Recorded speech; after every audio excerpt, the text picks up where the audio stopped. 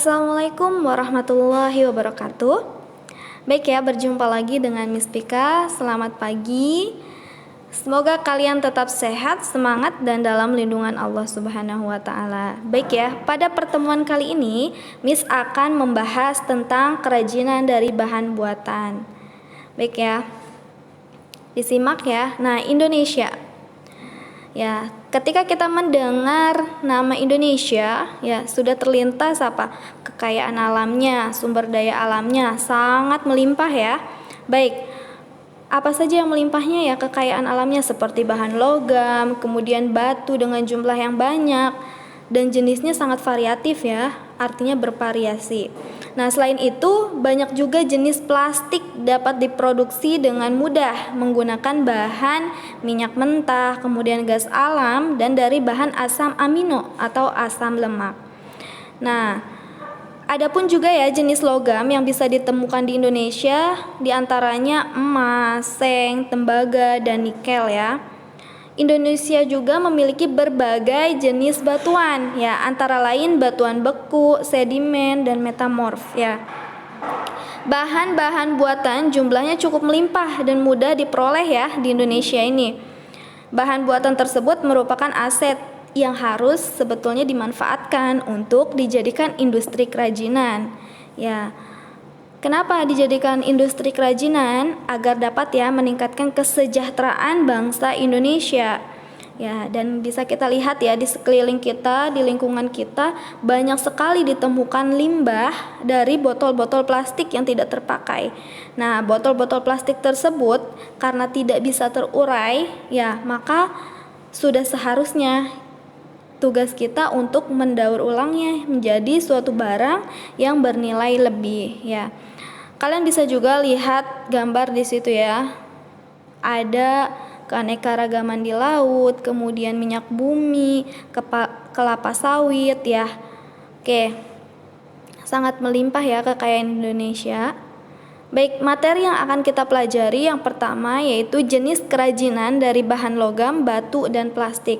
Jadi kita fokus ke bahan logam, batu, dan plastik ya. Nah, selanjutnya yang kedua di situ karakteristik dan produk kerajinan dari bahan logam, batu, dan plastik.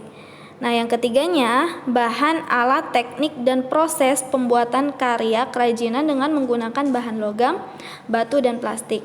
Nah, yang keempat teknik pengemasan produk kerajinan dari bahan logam, batu, dan plastik. Baik ya, misalkan bahas karakteristik dan produk kerajinan dari bahan logam, batu, dan plastik. Nah, kalian bisa lihat ya. Nih, logam itu contohnya ada emas, perak, tembaga, kuningan ya. Jenis logam yang banyak dijadikan kerajinan ya keempat ini ya, yang emas, perak, tembaga, dan kuningan. Oke, kita bahas dulu ya. Emas. Emas adalah logam mulia yang bersifat lunak dan mudah ditempa ya. Nah, emas ini berasal dari alam ya.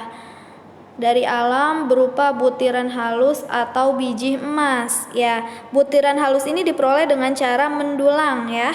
Sedangkan biji emas diperoleh dengan cara menghancurkan bebatuan yang mengandung emas menggunakan peralatan berat ya. Nah, oke, baik emas yang sudah diperoleh dari alam. Nah, selanjutnya itu biasanya dipisahkan dengan bagian logam lainnya, akar-akar tumbuhan dan debu ya, yang disebut dengan pemurnian. Jadi proses pemurnian ini adalah proses pemisahan antara emas, kemudian akar-akar tumbuhan dan debu. Jadi kalau misalnya biasanya kita mengambil emas dari alam itu kan masih tercampur ya dengan akar-akar tumbuhan, kemudian debu, maka perlu dilakukan proses pemurnian untuk memisahkannya ya. Nah, ketika proses pemurnian ini biasanya diproses menggunakan ball mill ya atau alat penggilingan.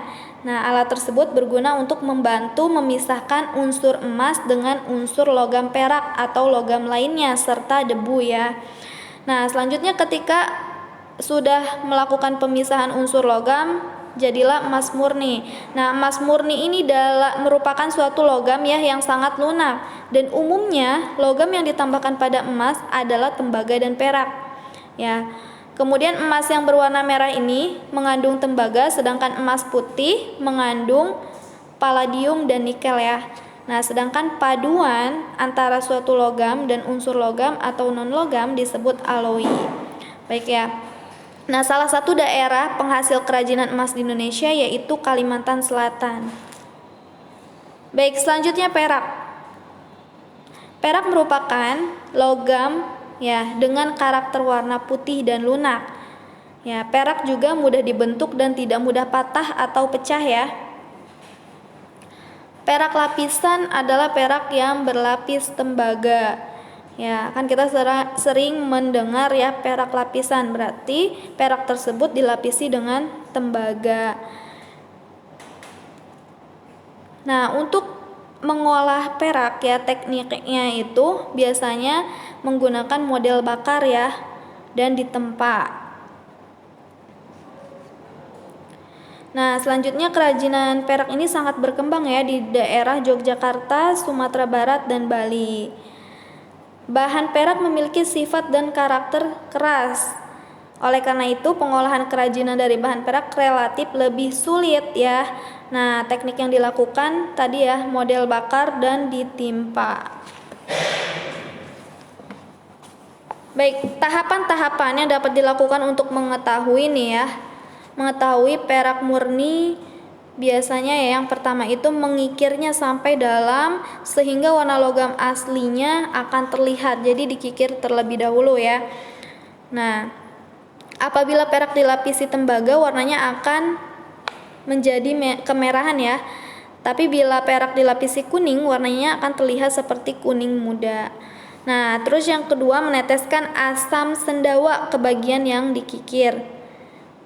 Bisa juga ya seperti itu meneteskan asam sendawa. Nah, yang ketiga bisa memanasi dan menyelupkan ya kerajinan perak ke dalam campuran asam sulfat dan air.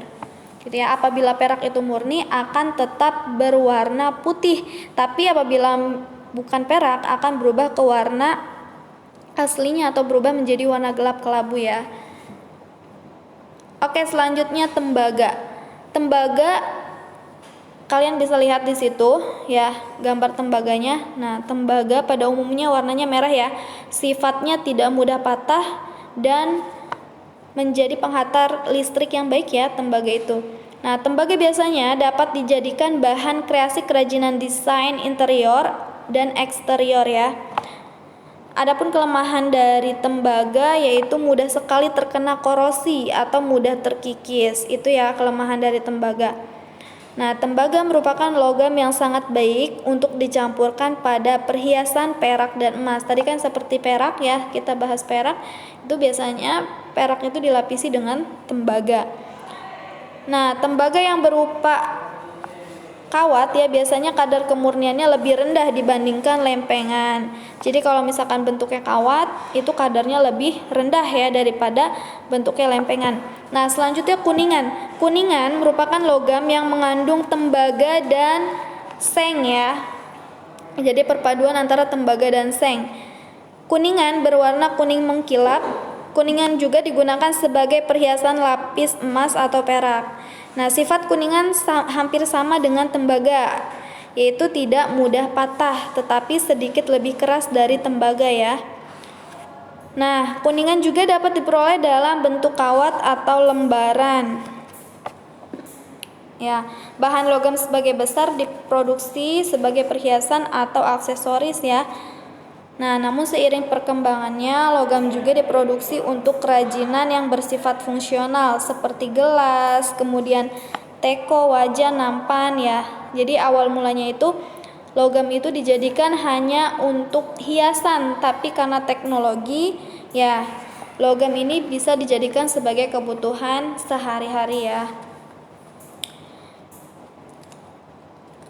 Nah, bahan jenis logam yang sering menjadi sampah adalah foil aluminium ya. Jadi ketika misalnya logam tersebut menjadi sampah nih, maka disebut foil aluminium. Foil aluminium ini sering digunakan dalam industri modern ya sebagai pelapis kemasan suatu produk agar tampilannya lebih menarik dibandingkan kemasan alami ya. Baik ya, Miss cukupkan sampai di sini ya. Nanti akan ada pembahasan selanjutnya di video selanjutnya. Oke ya, Miss akhiri. Wassalamualaikum warahmatullahi wabarakatuh.